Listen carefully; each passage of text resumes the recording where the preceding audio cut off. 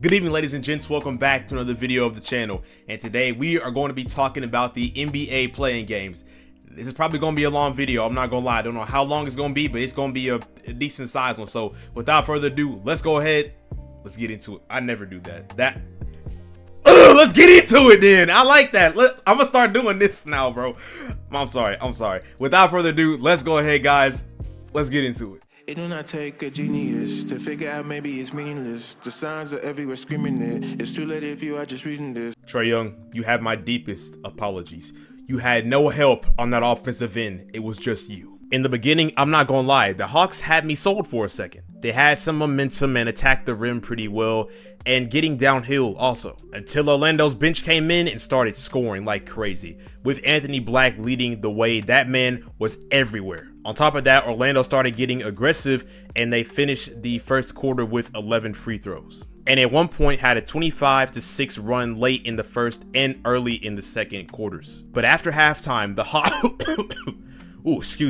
Trae Young started cooking up and the Hawks made it an interesting game, working their way back into the third quarter. One of the reasons why though is Orlando started building. Surprisingly enough, they still kept the lead, but then the fourth quarter happened. The Magic smoked the Atlanta Hawks pack. I'm talking about, hey Johnny, go ahead, pass that on over. Thank you. Whoa! Here you go, Daniel, go ahead and take it. Insane the way they did that. Them suckers got outscored 41-22. That's diabolical. Then Trae Young got ejected because he didn't want to give up the ball to the ref. Yo, Trae, I'm gonna need that ball back. What do you do? The Hawks are lucky that Banchero and Franz did not catch a rhythm in this game. It would have been GG's. Cole Anthony though, this man stepped up so well, and when it mattered, he delivered. He had 13 points in the fourth quarter, leading the way for the Magic. Overall, this game was decent from the Orlando side. I know obviously Franz and Banchero didn't really pan out the way you like them to score and everything. They had an off night, but when you have guys like Cole Anthony that can step up, Anthony Black, who gave you a great quarter, Wendell Carter Jr., forgot his name for a second. He also had a pretty good game. I think he finished with 19 points, I'm pretty sure. And that team, it looked pretty good. Now they have to face the Boston Celtics. I don't know how that's going to go. You just honestly have to hope that Banchero and Franz can do better. And hopefully they can deliver in that series. If not, oh Lord, they're done. Their pack's going to get smoked by the Boston Celtics. And for the Atlanta Hawks, man, it just did not look good at all.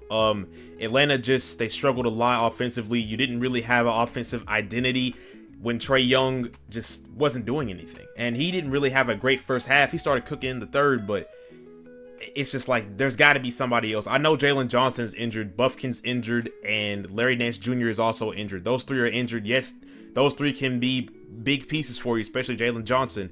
So to have those guys out, you know, it sucked, but somebody else has to step up. There has to be somebody that can step up and fill in that role and be a second option to Trae Young. And it's like, even if they do win against, I don't know, the Heat or the Bulls, the game is happening right now as I am making this video, as it is 9:44 p.m. if you wanted to know that information. But it's just like, if they play against the Cavs, they're not winning a single game. I'm not gonna lie to you. They're gonna shut down Trae Young. They're gonna shut down anybody else that tries to do anything.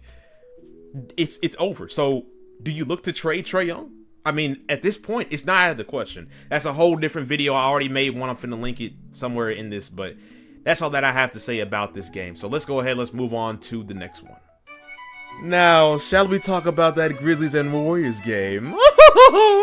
So Golden State at one point in the first quarter had a 26-7 run on the Grizzlies. Yes, I know, I'm wearing a Grizzlies jersey. A jaw wanted that. But then the Grizzlies started gaining momentum and had a 16-4 run, attacking inside a lot in this quarter. But this right here was just ridiculous. Off the glass type junk? He's out of this world! Anyways, at halftime, the game was 66-55 with Jimmy Butler already having 21 points. I was happy as frick seeing this, but then the third quarter came around and that's where crap hit the fan. Pretty much right after halftime, the Grizzlies went on a 15-5 run, and the Grizzlies in this quarter alone had 21 points in the paint. I mean, guys, what the hell are we doing? I'm not gonna bleep this out either. I will say though, Triple J and Zach Edey is a problem. Like, how do you even stop this yin and yang duo, bro? I mean, they complement each other so well. But I will have to say, we did give Zach Edey some problems down low, trying to be at least somewhat physical with him. Then Ja got hit with a right ankle injury. And the joy that filled my spirit and my body dropped immediately. Because he got up, he was heavy limping, and it looked really bad. But to stay in the game, he did have to shoot the free throw, so he did go back on the court. And then he took some medicine from Walter White, because that man, by the end of the third quarter, started hopping around like a bunny. But right here is where stuff turns into absolute cinema! So at the start of the fourth quarter, Bane hit this amazing, beautiful three to obviously tie the game. Then Conchar got a steal on the fast break, went into a layup to give the Grizzlies a 2-point lead. This right here, though, is some BS. Draymond Green was underneath the basket. Zach Edey behind him, right? Okay, so you would think, okay, well, Zach Edey might just reach over Draymond. Instead, he puts his whole arm and tries to freaking cuddle him. I'm like, bro, this is not basketball. They challenge the call. Golden State challenges the call, and they said no foul. What do you mean no foul, bro? What are you talking about? No foul? You're tripping balls, dude. You need take a walk outside. You know what?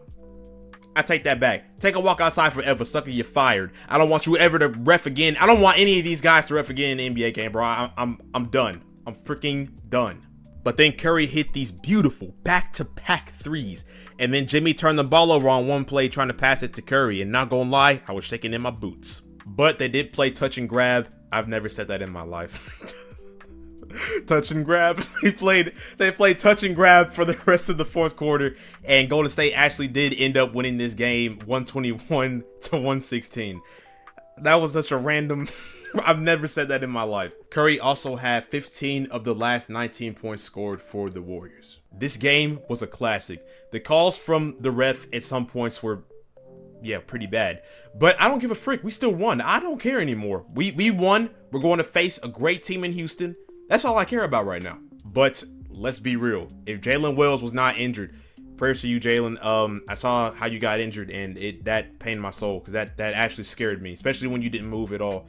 I know he's not going to watch this video, but I just wanted to say, praying for you, man. Hopefully you do have a speedy recovery, and not just to get back to the game of basketball, but just to get back, in physical shape, be able to move around and do the things that you normally do, because I know that's got to be a bad injury. And I'm praying for you right now, and especially the next guy I was gonna say, Brandon Clark. He's injured. If he was in the game as well, that would have changed a lot for us. Brandon Clark is a guy that can get rebounds, and he's gonna hustle after every play, being a power forward kind of center, I guess you could say.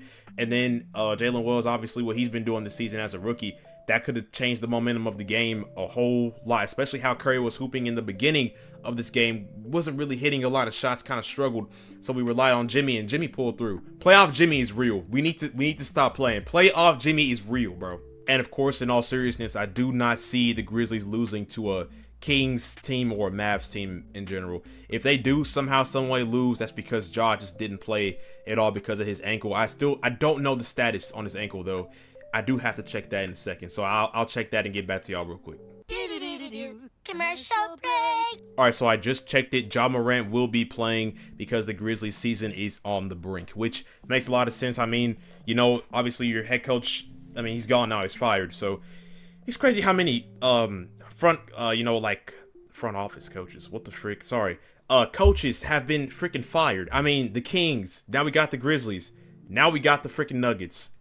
I don't know. The Nuggets can get a video on their own though. They got their own problems and struggles, and safe to say Westbrook's not coming back. I'm not gonna lie. He's not coming back. I'm gonna keep it a stack. And to Golden State, the Rockets are young. Let's show them youngins that we still got some pep in our step, baby. Yeah, come on. We here, baby. We here. But seriously though, let's get back on topic. Golden State, I feel like, is going to win this series. Now, how many games you're saying? Well, I'm gonna tell you this. I feel like they're gonna win in at least 5 to 6 games. 7 is stretching it, because I don't think we're gonna go down that bad unless we play like booty. Sorry, somebody's live on Twitch right now. Somebody just lived on Twitch right now. That made me think. Let's go ahead and let's check the Bulls and Heat game it looked pretty bad. Okay. They were up by like 30 freaking points almost. Yeah. Oh my gosh, bro. So the Heat just won 190 to 90. I don't know if y'all can see that. Yeah, 190 to 90. Y'all probably can't see that. I'm not gonna lie. I'll put it up on the screen. 190 to 90, and man, the Heat just took control. 39 the first, 32 in the second, and then bad third quarter. Goodness gracious, what the heck happened? And then the Bulls had a bad fourth quarter. Yeah, they just, good lord, they just did not play well. Of course, Lonzo's out, and Jones is out.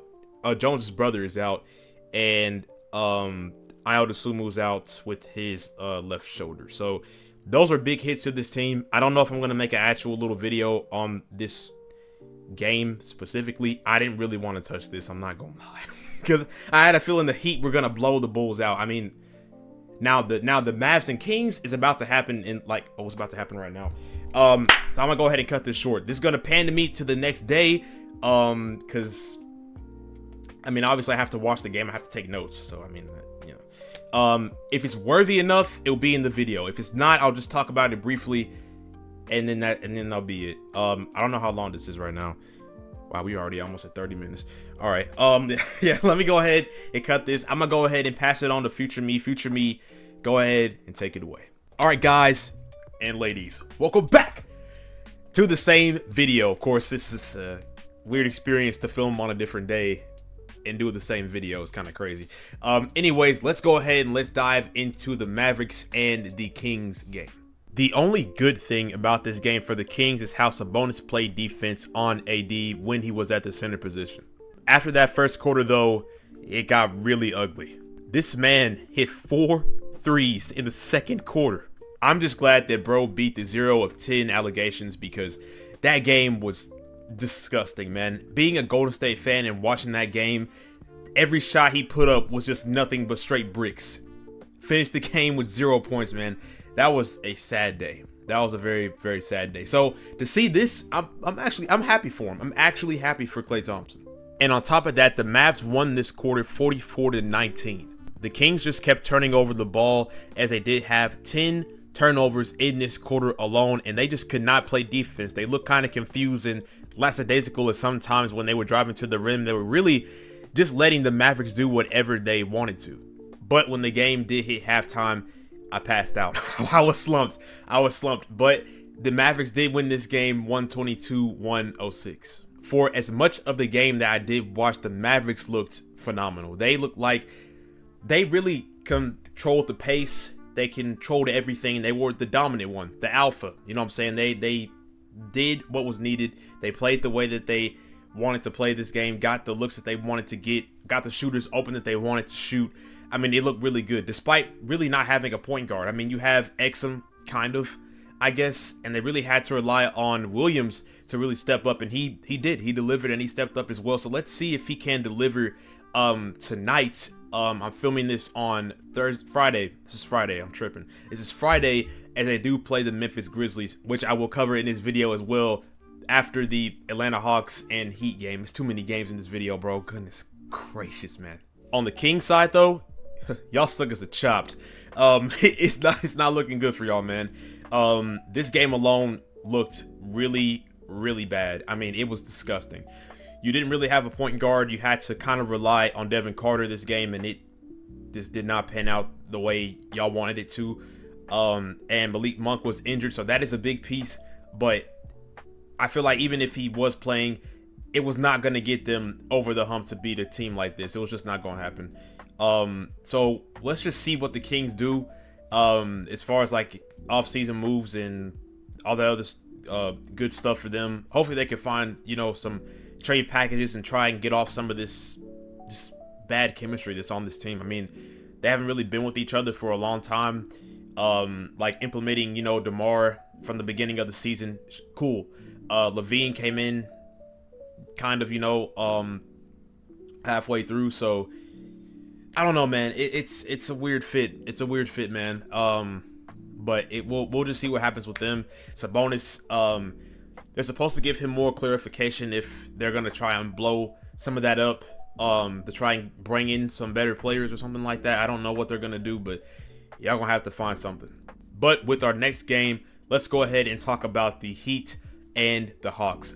Of course, this is going to be filmed on another day. Yeah, I know, a lot of days. Yeah, I have to wait till the game obviously happens today on Friday and then cover that. So, we'll just have a little time skip, I guess, and yeah, I'll see you guys in the future. Peace. Guys, this game was the best game of the play-in, bro. Oh my, it's so much to cover, but let's talk about it. Let's talk about it just real quick. Of course, it was a great game, but it did not start that way. In the first quarter, Miami had a hot start going on a 12-4 run. But the Hawks also had a little run and started to play better defense. Andrew Wiggins, my dog, I miss you, man. I really do. It sucks. I miss you. But hey, you know what? I don't really care no more because what? Warriors are playing the Rockets. I freaking love it. Anyways, the Heat in this towards the end of the first quarter went on a 14-4 run. In the second, though, the Hawks struggled from deep, only going 5 of 21 in the first half. On top of that, Bam was leading the way defensively for the Heat, having 3 blocks. After halftime, though, we started cooking. Ooh, we got spicy. No ice. The Hawks came out of the locker room with some urgency and had an 11-2 run to start the third quarter, converting on turnovers and changing the momentum of the game, coming with different energy. He's gay! Pause, because that sounded sus. At the beginning of the fourth quarter, Man makes this game-tying layup, and Trae Young hits this beautiful 3 to give the Hawks the first lead of the night, mounting a 17-point comeback, with Okongwu bringing that energy that they needed as well. Then the Heat went on a 9-0 run late in the fourth quarter, and Hero hit 3 straight buckets down the stretch. Trae then makes the game-tying layup to end the fourth, which brings us into overtime. Man, this game was so good, bro. It's like watching one of your favorite movies. Definitely not for anything else, though. In overtime, Davion Mitchell was on a heater. He hit 3 clutch threes in overtime, and with his third one that he did bury, that one was the dagger for the whole entire game. Both teams, even in the overtime, were exchanging threes as well. But the Heat got the best of the Hawks, and they did win this game 123-114. For the Heat, I'm just glad that y'all won, because there's no way in frick that y'all should have lost that 17-point lead. There's no way you should have lost that at all. Imagine doing that against, I don't know, oh, the Cavs. I'm tripping. Yeah, y'all advanced. Y'all play the Cavs. Imagine doing that against them. Oh man, you might lose by 30. Like seriously, you might get the crap beat out of you. Davion Mitchell has always been a dog, but tonight that man was different, playing phenomenal, and he really does fit the Heat culture. Khalil Ware and Highsmith also did their parts and had little highlights here and there during the game, with Bam and Hero and Wiggins leading the way. With that being said, though, they do have to play the Cavaliers in the first round of the playoffs, and I don't really see them winning against the Cavs. I don't think anybody has them winning anything against the Cavs. If anything, I have them losing 4-0 or maybe losing in 5 games. 6 is crazy. But you never know with the Heat. They might find a way to bring it to freaking 7. You never know. The Cavs might be frauds, so it might be, you know, a good game, good games and a good series. Hopefully we do get that. I do want to see some fight back, you know, from the Heat here. It's like Ryan Garcia versus Tank Davis, you know. I want to see a good match, you know. So, yeah. For the Hawks, though, Okongwu most definitely stepped the frick up in this game, and he delivered when time was needed for him to obviously take over the game, because that man had some high energy plays, showed his athleticism in this game, and really was rebounding and just doing everything out there for them. On top of that, Niang also did his thing in the second quarter. He was really on a heater. But your best player in Trae Young did struggle during this game. He only shot 9 of 22 from the field, so it was kind of off night for him. Had a lot of tough stretches during the game. Nothing really went down, a lot of bricks for him, but he did at least show how he could play making past that rock, as he did have 11 assists. The big question for them is really what's next. I mean, do you wait for obviously everybody to heal up and then gear up and get ready for the season with no moves? Do you make a move? Do you try and maybe trade Trae Young? I don't know. I really don't know what this team's going to do, but we just have to find out and see what's going on with them. But for the last and final game, let's go ahead and let's talk about the Grizzlies and the Mavs.